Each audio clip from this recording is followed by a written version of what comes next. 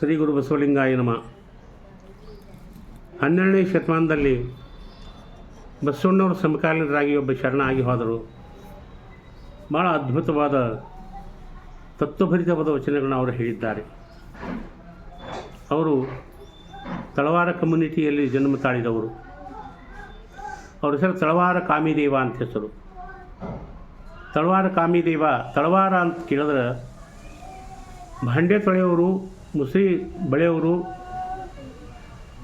ಪಗಾರ ತೊಗೊಂಡು ಜೀವಿಸೋರು ಅಂತ ಹಿಂಗಿಲ್ಲ ಅದರ ಅರ್ಥ. ತಳವಾರ ಅಂದ್ರೆ ತಲವಾರ್ ಅಂದರೆ ಖಡ್ಗವನ್ನು ಹಿಡ್ಕೊಂಡು ವೀರರಾಗಿ, ರಾಜರಾಗಿಯೋ, ಮುಖಂಡರಾಗಿಯೋ, ದಳವಾಯಿಯಾಗಿಯೋ, ಸೈನಿಕರಾಗಿಯೋ ತಮ್ಮ ಸ್ಥಾನಮಾನಕ್ಕೆ ಕೆಲಸ ಮಾಡಿದವರು ಈ ತಲವಾರ ಜನಾಂಗ. ಇಂಥ ಜನಾಂಗದಲ್ಲಿ ಆಗಿರುವ ಶರಣರ ಬಗ್ಗೆ ನಾವು ನೋಡ್ತಾ ಇದ್ದೀವಿ. ಆ ಶರಣರು ಬಸವಣ್ಣವರು ಸಮಕಾಲೀನರು. ಬಸವಣ್ಣವ್ರ ಸಮಕಾಲೀನದಲ್ಲಿ ಇದ್ದಂಥವ್ರು, ಭಾಳ ತತ್ವಭರಿತವಾದ ವಚನವನ್ನು ಹೇಳುವಂಥವ್ರು.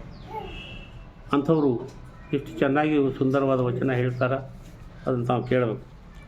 3 ಮುದುಡಿಸಿ 6 ಅಡಗಿಸಿ 8 ಗಂಟಿಕ್ಕಿ 4 ಶರಗ ಹಾಸಿ 2 ಬಂಧಿಸಿ 1 ಗೂಡಿ ಮಂಡೆ ಮೇಲೆತ್ತಿದವಂಗೆ ಮತ್ತೆ ಅವು ಹಿಂಗೂ ಠಾವಿಲ್ಲ ಕಾಮಹರ ಪ್ರಿಯ ರಾಮನಾಥ.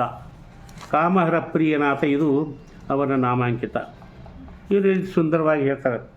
ಮುಕ್ತಿ ಭಕ್ತರು ಬಂದು ನಮಗೆ ಬಹಳ ವಚನ ಓದಲಿಕ್ಕೆ ಆಗೋದಿಲ್ಲ. ಸಂಕ್ಷಿಪ್ತ ಒಂದು ವಚನ ಹೇಳಿಬಿಟ್ರೆ ಒಂದೇ ವಚನದಾಗೆ ನಾವು ಉದ್ಧಾರ ಆಗಬೇಕು ಅಂತ ಹೇಳಿದ ಕೂಡಲೇ ಅವರು ಕಾಮಿದೇವಿ ಹೇಳ್ತಾರೆ, ಕೇಳ್ರಪ್ಪ ಅದೊಂದು ವಚನ ಕೇಳಿದ್ರೆ ನೀವು ಉದ್ಧಾರ ಆಗ್ತೀರಿ.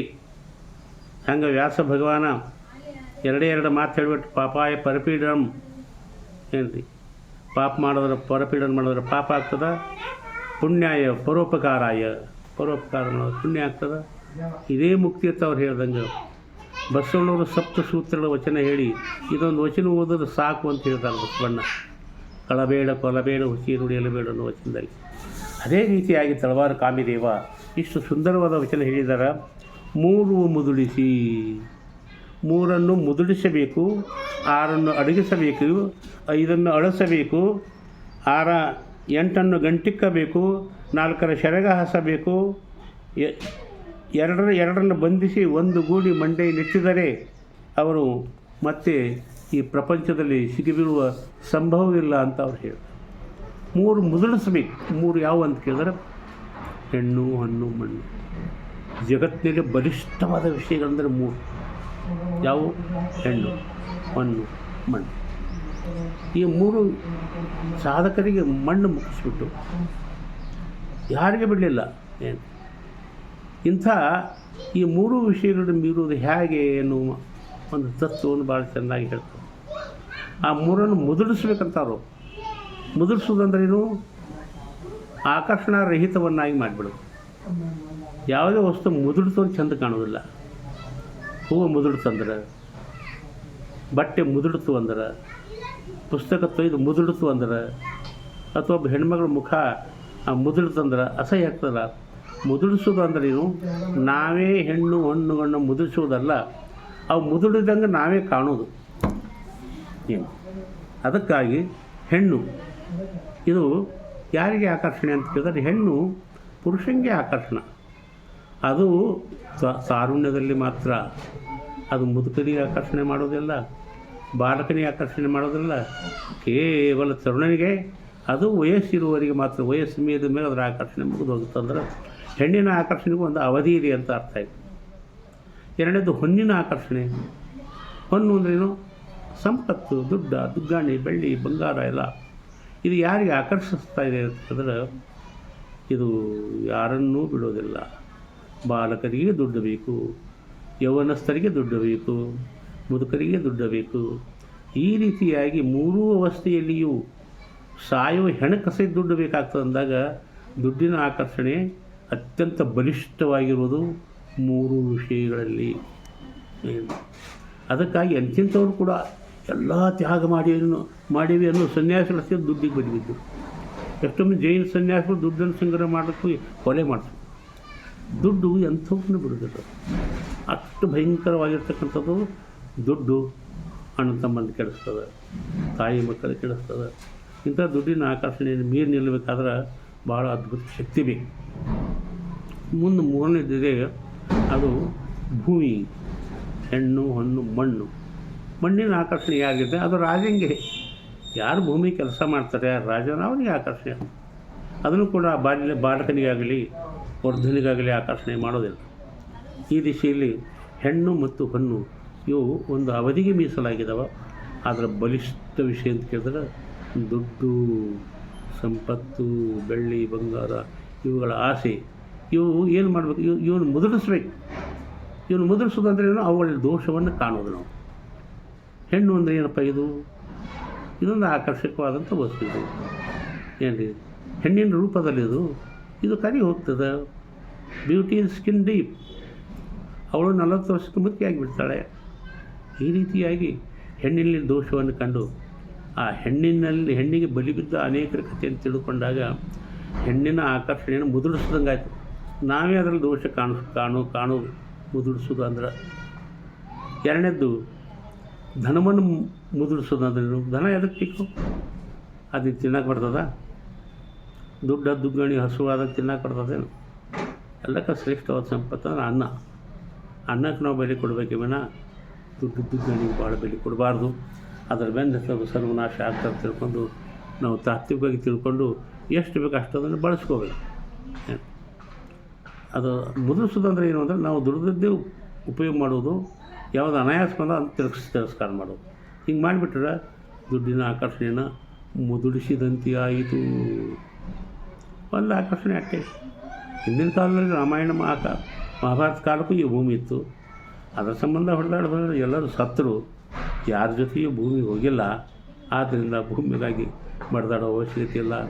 ನಾವಿರುವವರೆಗೆ ಸಾಮಾನ್ಯವಾಗಿ ಎಷ್ಟು ಸಾಧ್ಯದಷ್ಟು ಕಾಯಕವನ್ನು ಮಾಡಿಕೊಂಡು ಭೂಮಿ ಇದ್ದಷ್ಟರಲ್ಲಿ ತೃಪ್ತಿ ಪಡೆದುಕೊಂಡು ಹೋಗಬೇಕು. ನಿಜವಾದ ಭೂಮಿ ಯಾವುದು? ಒಬ್ಬ ರಾಜ ಇದ್ದ. ಆತ ಎಲ್ಲವನ್ನು ಖರೀದಿ ಮಾಡ್ತಿದ್ದ. ರಾಜಗಳನ್ನೇ ಖರೀದಿ ಮಾಡ್ತಿದ್ದ. ಅಂತ ಬಂದು ಸಾವು ಸಮೀಪಕ್ಕೆ ಸ್ಮಶಾನಕ್ಕೆ ಬಂದು ನನಗೆ ಭೂಮಿ ಖರೀದಿ ಬೇಕಾಗಿತ್ತು ಸಾಯಲಿಕ್ಕೆ ತಂದ. ಅವಾಗ ಭೂಮಿ ಸ್ಮಶಾನ ಹೇಳ್ತದೆ, ನಿನಗೆ ಖರೀದಿ ಮಾಡಬೇಕಾಗಿಲ್ಲ, ನೀನು 3.5 ಮೊಳ ನಾನೇ ಕೊಟ್ಬಿಡ್ತೀನಿ. 3.5 ಮೊಳ ಭೂಮಿ ತಾಯಿ ಕೊಟ್ಟಾಗ ಅದರಲ್ಲಿ ಬಿದ್ದು ಹೋಗ್ಬಿಟ್ಟು ಏನು ನೋಡೋದಾಗ ಸ್ಮಶಾನದ ಭೂಮಿಯನ್ನೇ ಖರೀದಿಸಲಿಕ್ಕಾಗೋದಿಲ್ಲ ಅಂದಾಗ ಇನ್ಯಾವುದು ಖರೀದಿಸಲಿಕ್ಕೆ ಸಾಧ್ಯ ಇದೆ. ಅದಕ್ಕಾಗಿ ಹೆಣ್ಣು ಹೊನ್ನು ಮಣ್ಣು ಮುದುಡಿಸಿ, 3 ಮುದುಡಿಸಿ 6 ಅಡಗಿಸಿ. 6 ಅಂದರೆ ಕಾಮ, ಕ್ರೋಧ, ಲೋಭ, ಮೋಹ, ಮದ, ಮತ್ಸರ. ಇವು ಪ್ರತ್ಯೇಕ ಗುಣಗಳಲ್ಲವು ಒಂದೇ. ಮನಸ್ಸಂದ್ರೆ ಮುಗಿತು. ಮನಸ್ಸೇ ಎಲ್ಲ ಆಗ್ತಾಳೆ. ಮನಸ್ಸೇ ಎಲ್ಲ ಗುಣಗಳ ಬಂಡಲ, ಪಂಚ ವಿಷಯಗಳ ಆಕರ್ಷಣೆಯ ಬಂಡಲ.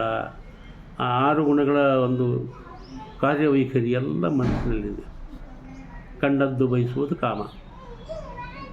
ಕಾಮ ಅಂದರೆ ಕೇವಲ ಹೆಣ್ಮಕ್ಳಿಗೆ ಸಂಬಂಧಪಟ್ಟಿದ್ದಂತ ಹಿಂಗೇನಿಲ್ಲ. ಕಾಮ ಅಂದ್ರೆ ಬಯಕೆ, ಎಲ್ಲ ಬಯಕೆ. ನಾನು MLA ಆಗಬೇಕು, ಇದು ಕಾಮವೇ. ನಾನು ಶ್ರೀಮಂತನಾಗಬೇಕು, ಇದು ಕಾಮವೇ. ನಾನು ಪುಡಾರಿ ಆಗಬೇಕು, ಇದು ಕಾಮವೇ. ನಾನು ಮನೆಯಲ್ಲಿ ಮಾಲಕನಾಗಬೇಕು, ಇದು ಕಾಮವೇ. ಆಕರ್ಷಣೆ ಏನರೇ ಬಯಸಿದೆ ಅಂದರೆ ಅದು ಕಾಮವಾಗ್ತದೆ. ಅದು ಸಿಗದೇ ಇದ್ದರೆ ಅದೇ ಕ್ರೋಧವಾಗಿ ಮಾರ್ಪಟ್ಟು ಕಾಮವೇ ಕ್ರೋಧವಾಗಿಬಿಡುತ್ತೆ. ಶ್ರೀರಾಮ ದೇವರಿಗೆ ಸಿಗಲಿಲ್ಲ, ಅದೇ ಕ್ರೋಧವಾಗಿಬಿಡ್ತು. ಚಿಗರಿನ ಕೊಂದುಬಿಟ್ರು. ಈ ರೀತಿಯಾಗಿ ಲೋಭ ಅಂದ್ರೇನು? ಯಾವುದು ಆಸೆ ಪಟ್ಟು ಸಿಕ್ಕದ ಅದನ್ನು ಕೈ ಬಿಡಬಾರ್ದು. ನನ್ನ ಮೇಲೆ ಏನಾದರೂ ಅದು ಇಲ್ಲೇ ಇರಬೇಕು. ಲೋಭ ಇದು. ಶರೀರ ನಾಶ ಆಗಬಾರ್ದು, ನನ್ನ ಸಂಪತ್ತು ಕರಗಬಾರ್ದು, ನನ್ನ ಹೆಂಡತಿ ಪ್ರೇಮ ನನ್ನ ಮ್ಯಾಗಿಂದ ಕಡಿಮೆ ಆಗಬಾರ್ದು, ಎಲ್ಲವೂ ಇದ್ದದ್ದು ಹಾಗೆ ಉಳಿಬೇಕಂತಕ್ಕಂಥ ಭಾವನೆ ಅದ. ಇದು ಲೋಭ. ಕಾಮ, ಕ್ರೋಧ, ಲೋಭ. ಲೋಭ ಅಂದರೆ ಏನು ಅಂತ ಕೇಳಿದ್ರೆ, ಯಾವುದು ನನ್ನ ಬಳಿ ಅದ ಅದನ್ನು ಏನು ಮಾಡಿದ್ರು ಕೈ ಬಿಡೋಂಗಿಲ್ಲ. ಅದು ಇನ್ನೊಂದಿಷ್ಟು ಗಳಿಸ್ಬೇಕು ಅಂತಕ್ಕಂಥದ್ದು ಲೋಭ. ಮದ ಅಂದ್ರೆ ಅದರಲ್ಲಿ 8 ಪ್ರಕಾರ ಇದೆ. 8 ಪ್ರಕಾರ. ಅವು ಸಾಮಾನ್ಯವಾಗಿ ಕಲ್ಯಾಣಕಾರಿಯಾಗಿದ್ದರೆ ಅವಕ್ಕೆ ಸಂಪತ್ತು ಅಂತಾರೆ. ಅವು ಅದರ ಆ ಸಂಪತ್ತಿನ ಮೇಲೆ ಅಹಂಕಾರ ಬರ್ತಾನೆ, ಅವಕ್ಕೆ ಮದ ಅಂತ. ಉದಾಹರಣೆಯಾಗಿ ಬಾಲ್ಯ, ಯೌವನ, ಸೌಂದರ್ಯ.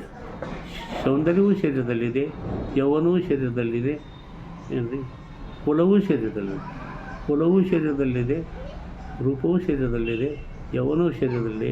ಇವು ಮೂರು ಗಳಿಸಬೇಕಾಗಿಲ್ಲ, ತನ್ನಿಂತಾನೇ ಬರ್ತವೆ ನೈಸರ್ಗಿಕವಾಗಿ ಈ ಮೂರು ಸಂಪತ್ತು. ಇನ್ನು ಗಳಿಸಬೇಕಾದ ಯಾವುದಕ್ಕಾದ್ರೆ ಧನ ಸಂಪತ್ತ, ಅಧಿಕಾರ ಸಂಪತ್ತ, ಏನ್ರಿ, ಅಧಿಕಾರ ಸಂಪತ್ತ, ಅಲ್ಲಿಂದ ಛಲ ಸಂಪತ್ತ, ತಪಸ್ಸಿನ ಸಂಪತ್ತ ಇತ್ಯಾದಿ. ಇವೆಲ್ಲ ಗಳಿಸಬೇಕು, ಗಳಿಸಲಾರ್ದಿಗೆ ಬರೋದಿಲ್ಲ. ಅದಕ್ಕಾಗಿ ಕಾಮ, ಕ್ರೋಧ, ಲೋಭ ಇವೇನು 8 ಹೇಳಿದೆವಲ್ಲ, ಇವೆಂಟು ಸಹಕಾರಿಯಾಗಿದ್ದರೆ ಸಂಪತ್ತು, ಅಷ್ಟೈಶ್ವರ್ಯ ಅಂತಾರೆ. ಇವುಗಳ ಮೇಲೆ ಅಹಂಕಾರ ಬಂತು ಅಂತಂದ್ರೆ ಮದ ಆಗ್ತದೆ. ನಾನು ಶ್ರೇಷ್ಠ ರೂಪ ಅಂತ ಸೊಕ್ಕ ಬಂದರೆ, ನಾನು ಶ್ರೇಷ್ಠ ಕುಲದವನು ಎಂಬ ಇದು ಬಂದರೆ, ನಾನು ಭಾರಿ ಯೌವನಸ್ಥ ಎಂತೆಂಥವ್ರು ಕೊಲ್ಲಬಲ್ಲೆ ಅನ್ನೋ ಅಹಂಕಾರ ಬಂದರೆ, ಈ ರೀತಿ ಯೌವನ, ರೂಪ, ಕುಲಗಳ ಮೇಲಿಂದ ದುರಂಕಾರ ಬರ್ತಂದ್ರೆ ಮದಗಳಂತಾರೆ. ನಾನು ಭಾರಿ ಶ್ರೀಮಂತ ಅಂತ ಕಣ್ಣಿದು ಕಾಣಿಸ್ಲಾರ್ದಂಗೆ, ಬಾಯಿದು ಮಾತಾಡಲಾರ್ದಂಗೆ ಸೊಕ್ಕಲೆ ನಡೆಯಕ್ಕೆ ಶುರು ಮಾಡಿದ್ರೆ ಧನ ಮದ ಬಂದಂತಾರೆ. ಅಧಿಕಾರ ಮದ, ಎಲ್ಲರೂ ಅಧಿಕಾರ, ಎಲ್ಲರೂ ಅಧಿಕಾರ ಸಾಯ್ತಾರೆ ನೋಡ್ರಿ ಎಲ್ಲರೂ. ಇಂಥ ಅಧಿಕಾರದ ಮದ ಇದು. ಅಧಿಕಾರ ಬಂದ ಕೂಡಲೇ ಎಲ್ಲರನ್ನೂ ತುಳಿಯೋದು. ಛಲ ಮದ, ತಪಸ್ಸಿನ ಮದ ಇವೆಲ್ಲ ಅದಾವಲ್ಲ, ಇವು ಒಳ್ಳೆಯದಾಗಿದ್ದರೆ ಸಂಪತ್ತ, ಅಹಂಕಾರ ಮೇಲೆ ಸೇರ್ಕೋತ ಮದ ಆಗ್ತದೆ. ಈ ಅಷ್ಟ ಮದಗಳನ್ನು ಏನು ಮಾಡ್ಬೇಕಂತ ಹೇಳ್ತಾರೆ ಅನ್ನೋದು ಏನ್ರಿ, 6 ಅಡಗಿಸಬೇಕು, 8 ಗಂಟಿಕ್ಕಬೇಕು. ಕಾಮಕ್ರೋಧಾದಿ ವಸ್ತುಗಳನ್ನು ಅವನ ಅಡಗಿಸಬೇಕು ಅಂತಂದ್ರೇನು, ಉದಾತ್ತೀಕರಣಗೊಳಿಸಬೇಕು. ಅಂದರೆ ಅವಕ್ಕೆ ಬೇರೆ ರೂಪವನ್ನು ತಾಳಕ್ಕೆ ಹಚ್ಚಬೇಕು. ಕಾಮಾದಿಗಳಿಗೆ ಅರಿ ಅಂತ ನಮ್ಮ ಜೈನ ಧರ್ಮದಲ್ಲಿ ವೈರಿ ಅಂತಾರೆ ಇವಕ್ಕೆ 6 ಗುಣಗಳಿಗೆ. ಅವ್ನು ಕೊಲ್ಲಬೇಕು ಅಂತಾರೆ. ಕೊಲ್ಲಲಿಕ್ಕೆ ಹೆಂಗೆ ಬರ್ತದೆ ರೀ? 6 ಗುಣಗಳು ನಮ್ಮ ಒಳಗೆ ಇರ್ದಿದ್ರೆ ನಮ್ಮ ಶರೀರ ಬೆಳೆಯೋದಲ್ಲ, ನಮಗೆ ವ್ಯವಹಾರವೇ ನಡೆಯೋದಿಲ್ಲ. ಈ ರೀತಿ ಕಾಮ ಬೇಕು ಲಿಂಗದಲ್ಲಿ, ಕ್ರೋಧ ಬೇಕು ಕರ್ಣಗಳಲ್ಲಿ, ಲೋಭ ಬೇಕು ವಿದ್ಯೆಯಲ್ಲಿ, ಮದ ಬೇಕು ಶಿವನೇ ತಾನೆಂಬಲ್ಲಿ, ಮತ್ಸರ ಬೇಕು ವಿಷಯಗಳಲ್ಲಿ, ಮದ ಬೇಕು ಶಿವನೇ ತಾನೆಂಬಲ್ಲಿ. ಈ ರೀತಿಯಾಗಿ ಶರಣರು ಆ ಕಾಮಾದಿಗಳನ್ನು ಉದಾತ್ತೀಕರಣಗೊಳಿಸಲಿಕ್ಕೆ ಹೇಳ್ತಾರೆ. ಇದಕ್ಕೆ 6 ಅಡಗಿಸಿ ಅಂತಾರೆ. 8 ಗಂಟಿಕ್ಕೆ ಅಂದರೆ ಹೀಗೆ ಅವುಗಳು ಮೂಲ ತಿಳಿದು ಬಿಟ್ಟರೆ ಅವನು ಗಂಟೆ ಕಟ್ಟಿ ಹೋಗೋದಂಗೆ ಆಗ್ತದೆ. 8 ಗಂಟಿಕ್ಕಿ 4 ಸೆರಗ ಹಾಸಿ. 4 ಯಾವಂದ್ರೆ ಮನಸ್ಸು, ಬುದ್ಧಿ, ಚಿತ್ತು, ಅಹಂಕಾರ.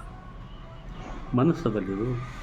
ಮನಸ್ಸು ನಾನಂತ ತಿಳ್ಕೊಬಾರ್ದು. ಮನಸ್ಸು ನನ್ನದು, ಮನಸ್ಸು ನಾನಲ್ಲ. ನಾನು ಯಾವುದನ್ನು ಎದುರಿಟ್ಟು ನೋಡ್ತೀನಿ ಅದು ನಾನು ಆಗಲಾರೆ. ಈ ರೀತಿಯಾಗಿ ಮನಸ್ಸು, ಬುದ್ಧಿ, ಚಿತ್ತು, ಅಹಂಕಾರ ನಾನು ಎದುರಿಗಿಟ್ಟು ನೋಡ್ತೀನಿ ಅಂದರೆ ಅವು ನನ್ನವಲ್ಲ, ನನ್ನವೂ ಅಲ್ಲ, ನಾನು ಅಲ್ಲ. ಈ ರೀತಿ ತಿಳ್ಕೊಂಡಾಗ ಅವನ ಅಡಕಿಸ್ಬಿಟ್ಟಂಗಾಯ್ತು. ಆದ್ದರಿಂದ 2ರಲ್ಲಿ ಬಂಧಿಸಬೇಕು,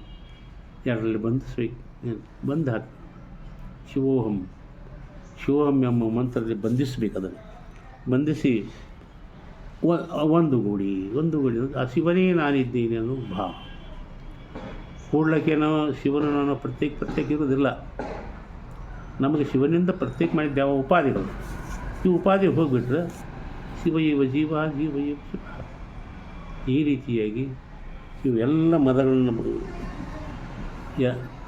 ಶಿವೋಹಂ ಮಂತ್ರದಲ್ಲಿ ಬಂಧಿಸಿ ಪರಮಾತ್ಮನಲ್ಲಿ ಒಂದುಗೂಡಿ ಮಂಡೆಯನ್ನೆತ್ತಿದಾಗ ತಲೆ ಎತ್ತಿ ಅದರ ಬಗ್ಗೆ ಚೆನ್ನಾಗಿ ಅವುಗಳನ್ನು ಅರಗಿಸಿಕೊಂಡವನಾಗಿದ್ದಂದ್ರೆ ಅವ ಇವುಗಳಲ್ಲಿ ಹಿಂದಿನವುಗಳಲ್ಲಿ ಸಿಕ್ಕಿ ಬೀಳುವುದಿಲ್ಲ.